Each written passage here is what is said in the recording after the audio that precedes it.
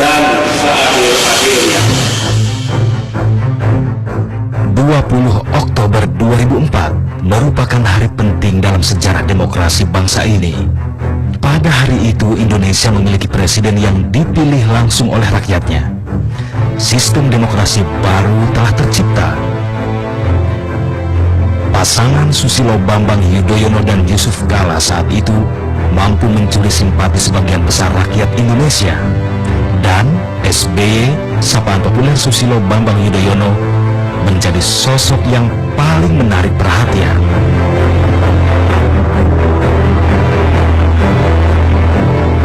Mantan Menteri Koordinator Bidang Politik, Sosial, dan Keamanan ini mampu menarik simpati rakyat Indonesia dengan berbagai visi baru tentang Indonesia ke depan.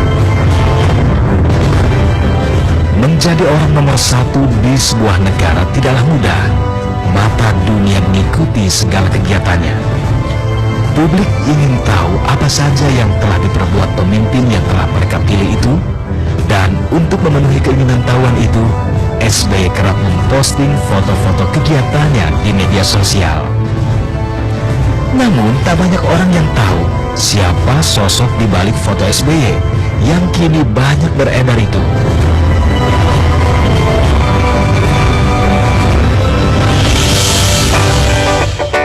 Adalah Anung Anindito dan Abror Rizky, fotografer yang selama 2 periode menjadi saksi hidup perjalanan politik SBY.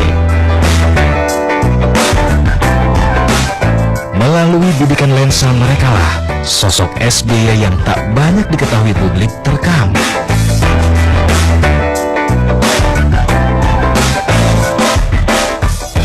Di Polhukam kita kan sering ngadu voli tuh, wartawan ngadu voli sama menteri Menko Polhukam Pak SBY. Dulu kita manggil belum Pak SBY, masih Pak Bambang dulu. Dari situ aja terus lama-lama 2004 SBY mundur terus maju jadi presiden, itu teman-teman lah kita bantu lah, Pak SBY kita bantu untuk liputan segala macam, terus berkembang sampai Pak SBY itu menang. Saya ngucapin aja, Pak selamat ya Pak sudah jadi presiden, selamat menjadi Bapak Presiden. Terus ibu saya ucapin juga, tapi di situ Bapak bilang kamu bantu-bantu saya di istana.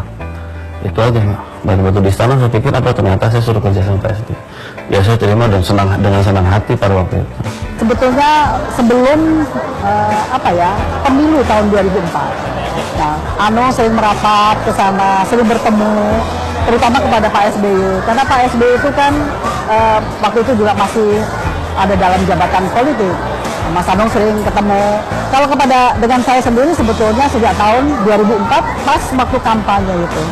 Jadi sering sekali meliput, entah itu di Cikeas atau barangkali juga kegiatan-kegiatan kampanye lainnya. Kemudian karena kita juga merasa puas dengan hasil dari foto Mas Anung selama ini, maka kemudian juga diajaklah Mas Anung itu sampai ke istana.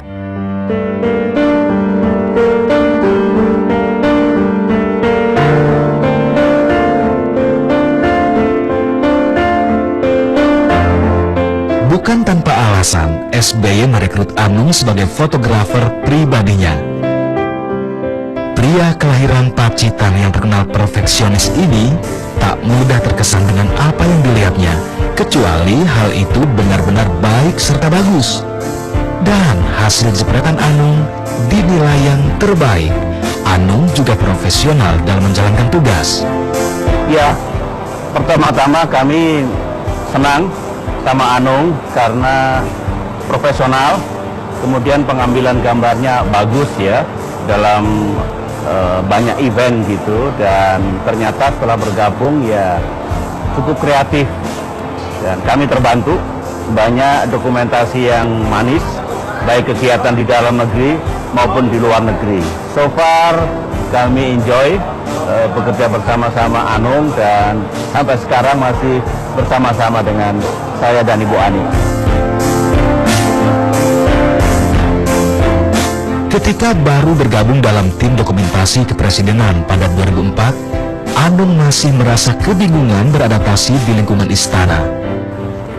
Perkenalan saya dengan Mas Anung dan Mas Abror itu pada saat selesai pemilihan presiden dan ditetapkan presiden pengangkatan Presiden SBY tahun 2004, tepatnya tanggal 20 Oktober, itu pertama kali Mas Anung masuk ke istana bersama dengan Presiden SBY, dan saat itulah kami mulai pertama kali bertemu, dan Mas Anung sempat memperkenalkan diri bahwa saya Anung bang, mohon kami dibantu bagaimana peliputan di sini. Saya nggak tahu ya, cuma dulu tuh kita harus banyak sih ya, aturannya banyak ya. Tapi memang kita harus ikutin dulu kan, sama Pak SBY pelan-pelan dibikin apa, istana kan memang untuk rakyat lah gitu. Jadi dibikin yang nggak angker gitu.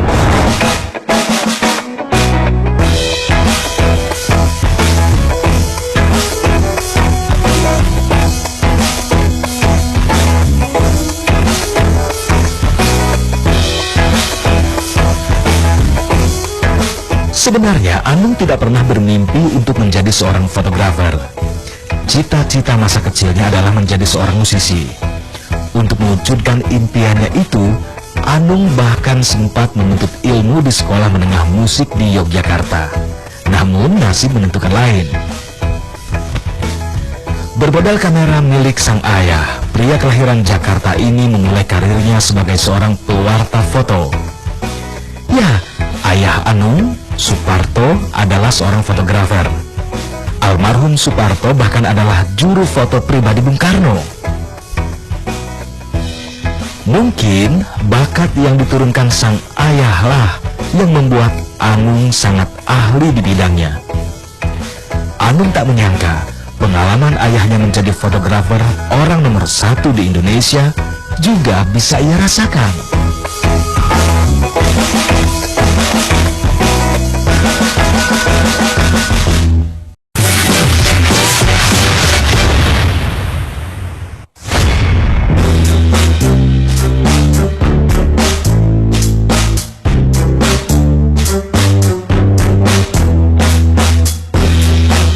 Sebagai fotografer pribadi, Anung harus senantiasa berada di dekat SBY dan keluarga dalam segala kegiatan. Baik aktivitas politik maupun keseharian sang mantan Menteri Pertambangan dan Energi itu, Anung harus jeli dalam melihat momen agar tak ada yang terlewat olehnya. Hal ini membuat Anung harus merelakan waktunya dengan keluarga. Jadwal SBY yang padat mengharuskan Anung bekerja sebelum matahari menampakkan dirinya dan baru pulang ketika bulan hendak pergi meninggalkan orbitnya. Oh gitu, kalau berangkat kerja itu saya jam 5 lah. Jam 5 berangkat, kegiatan biasanya dimulai itu dari jam 8. Kalau nggak olahraga, biasanya kalau bapak olahraga jalan kaki itu jam 6. jam 6 pagi itu udah olahraga, jalan kaki, jogging. Selesai jam setengah 8. Jam 9 biasanya kegiatan terus full. Sampai sore itu biasanya sampai jam 7. Jam 7 malam tuh baru mulai kendor acara. Tapi kita masih standby terus sampai jam 9. Jam 9 kadang-kadang masih ada acara, jam 10 malam biasanya masih ada acara. Baru aman bisa pulang tuh jam 11. Jam 11 malam kita baru pulang. Intensitas pertemuan yang tinggi membuat keakraban Anung dengan lulusan Akabri terbaik tahun 73 ini semakin erat. Bahkan keluarga SBY pun sudah menganggap Anung seperti keluarga sendiri. Hampir 11 tahun ya saya mengenal Mas Anung semenjak Mas Anung ikut Bapak menjadi Presiden ke-6 waktu itu, Bapak SBY. Akrab sih, maksudnya Mas Anung udah seperti keluarga kami sendiri, karena dimanapun kami berada, pasti ada selalu si sosok Mas Anung di sekitar kami itu. Ya, Mas Anung sosok yang tentunya sangat profesional menjalankan tugas-tugasnya. Yang saya ketahui, Mas Anung adalah seorang yang sangat pekerja keras, tidak pernah lelah, dan saya tahu jauh selain pasti memiliki pribadi yang baik, tapi juga memiliki spirit untuk bagaimana terus berupaya yang sebaik-baiknya dalam menjalankan tugas-tugasnya.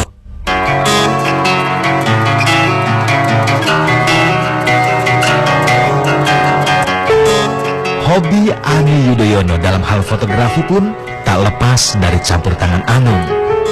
Ibu Ani yang kala itu belum terbiasa dengan kamera besar, diarahkan dan diajarkan Anung tentang fotografi profesional.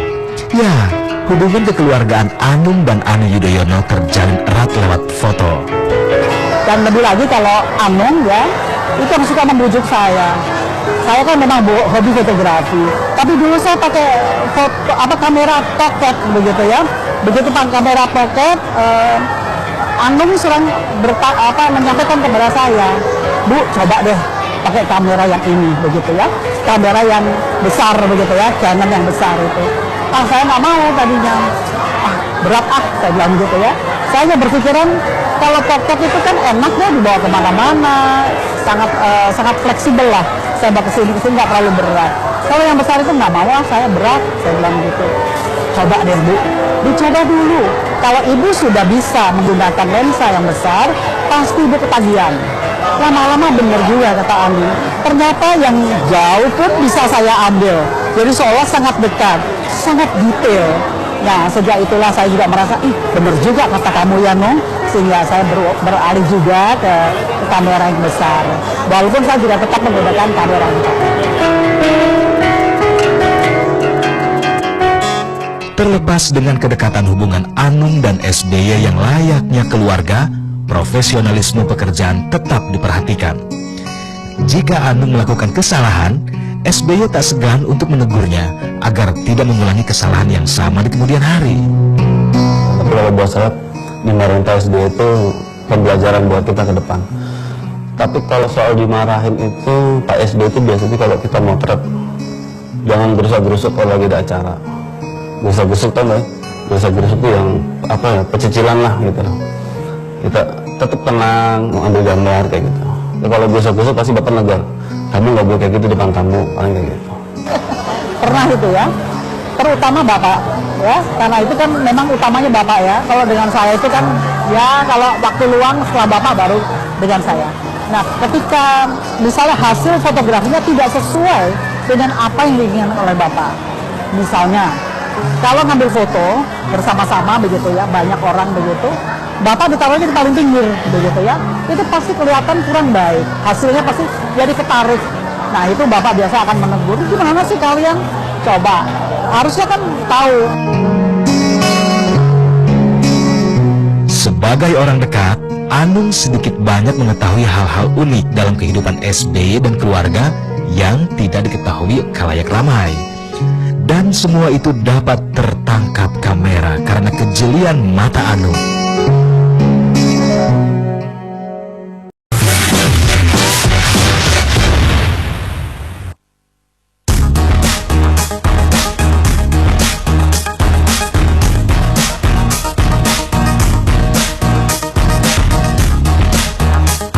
Selain Anung, SBY juga mempercayakan dokumentasi pribadinya kepada Abror Rizky.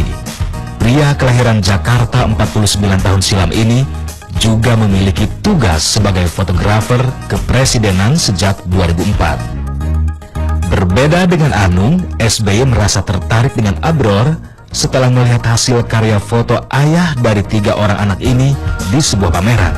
Awal muasalnya saya melalui ada rekan saya namanya Sis NS.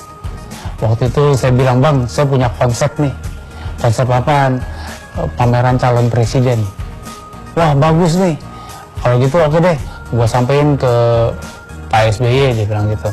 Terus waktu itu Pak Sis menyampaikan ke Pak SBY dan Pak SBY berkenan dan saya ikut kampanye. Nah, itu proses terus sampai tahun 2004 itu ke September beliau ulang tahun dan saya mempunyai salah satu konsep pameran dan saya bikin buku juga yang dibagikan untuk para pengunjung dan terbatas gitu. Itu aja sebetulnya niat saya tercatat.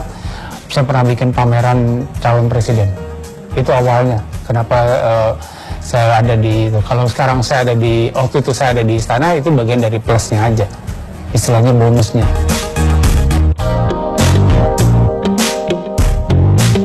Berada di lingkungan keluarga Presiden ke-6 RI, tentunya memiliki keistimewaan tersendiri.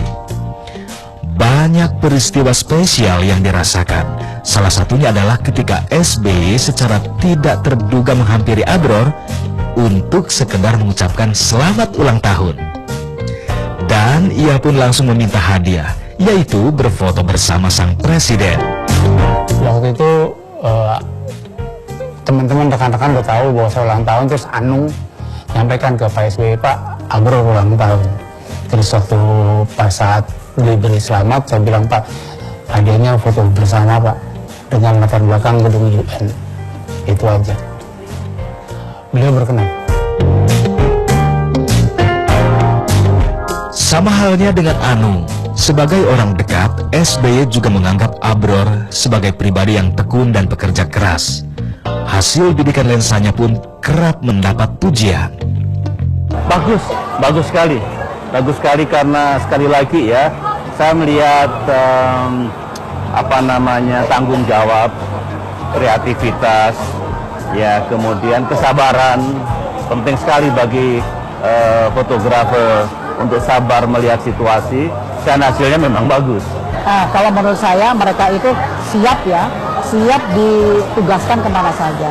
Contohnya begini, misalnya Bapak waktu itu akan pergi berkunjung ke suatu daerah. Mereka juga seperti kita akhirnya. Siap ya, besok berangkat jam sekian, mengikuti kunjungan kerja Bapak Presiden. Mereka siap. Dan mereka juga melakukan gantian, atau misalnya sekali-sekali Mas Anung, sekali-kali Mas Abror, atau kadang-kadang dua-duanya. Dua-duanya bersama-sama, kemudian setelah selesai, hasil fotografinya itu diperlihatkan kepada Bapak. Kemudian untuk dipilih mana yang baik. Jadi mereka luar biasa, karena mereka disiplin dan juga ya melakukan, ya udah kayak kita-kita aja, dalam arti siap jam 3, berangkat kita, siap ya. Jadi ya saya menghargai lah, sehingga sampai sekarang pun hubungan kita masih baik, walaupun sudah tidak di istana lagi, tidak menjadi presiden lagi, mereka berdua tetap bersama-sama kita.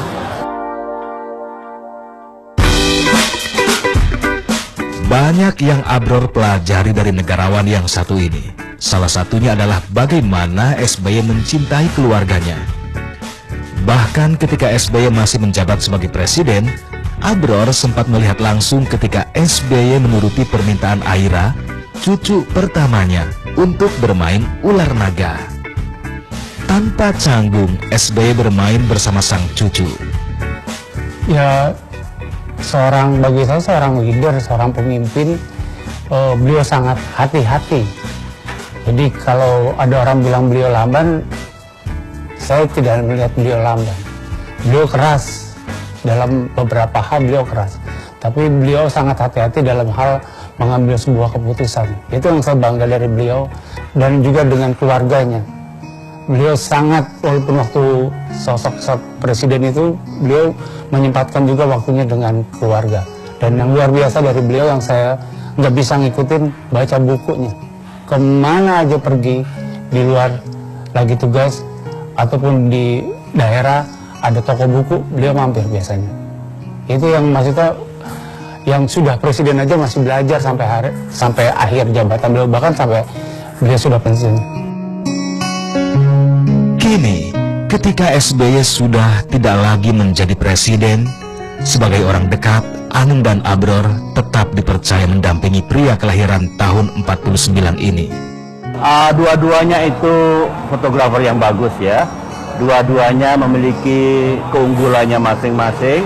Waktu bekerja bersama-sama jadi bagus, paduannya menjadi bagus, dan saya berharap teruslah menjadi fotografer yang bagus, teruslah profesional dalam profesinya, dan kemudian meskipun saya sudah tidak menjadi presiden lagi, banyak kegiatan saya baik di dalam negeri maupun di luar negeri. Saya berharap mereka tetap bisa mendampingi saya dan mengabadikan ya peristiwa-peristiwa penting yang penting bagi kami sekeluarga, mungkin juga penting bagi saudara-saudara kami di Indonesia. Anung dan Abror dapat menjadi contoh bagaimana sebuah hubungan profesionalisme dan kekeluargaan dapat berjalan beriringan. Karena orang besar hanya dapat sukses jika dikelilingi orang-orang dekat yang benar, dan merekalah yang akan mengiringi keberhasilan sang tokoh selain dukungan dan doa dari keluarga.